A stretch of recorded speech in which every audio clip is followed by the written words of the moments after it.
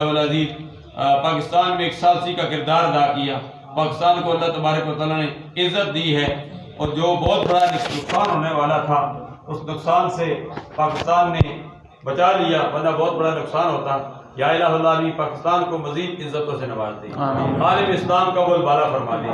کفر و اسلام کی جو جنگ جاری تھی اس سے پہلے بھی ہوئی ہیں، یا الہ العالمین ہر موقع پر اسلام کا بول بالا فرما دے، کفر کا مقابلہ فرما دے. یا الہ العالمین جو مانگا وہ بھی عطا فرما، جو نہیں مانگا بن مانگے عطا فرما.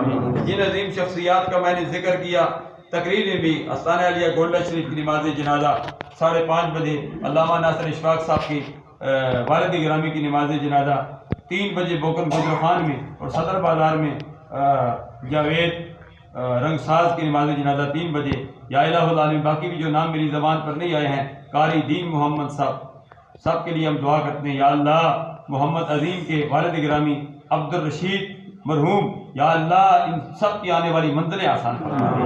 یا الہ العالمین حاضرین مجلس کے بھی جو رفقا بزرگ و اجداد جامع حقانیہ ظاہر العلوم کے ساتھ جو جڑے ہوئے ہیں، جامع مسجد حیدر کرار کے ساتھ جو جڑے ہوئے ہیں، سب کے لیے دعا کرتے ہیں. جو زندہ ہیں یا اللہ ان کا مستقبل بھی عطا فرما، جو وصال کر چکے ہیں شہر خاموشی میں پہنچ چکے ہیں، یا اللہ ان کی قبر پر بھی کروڑا رحمتوں کو نزول فرما.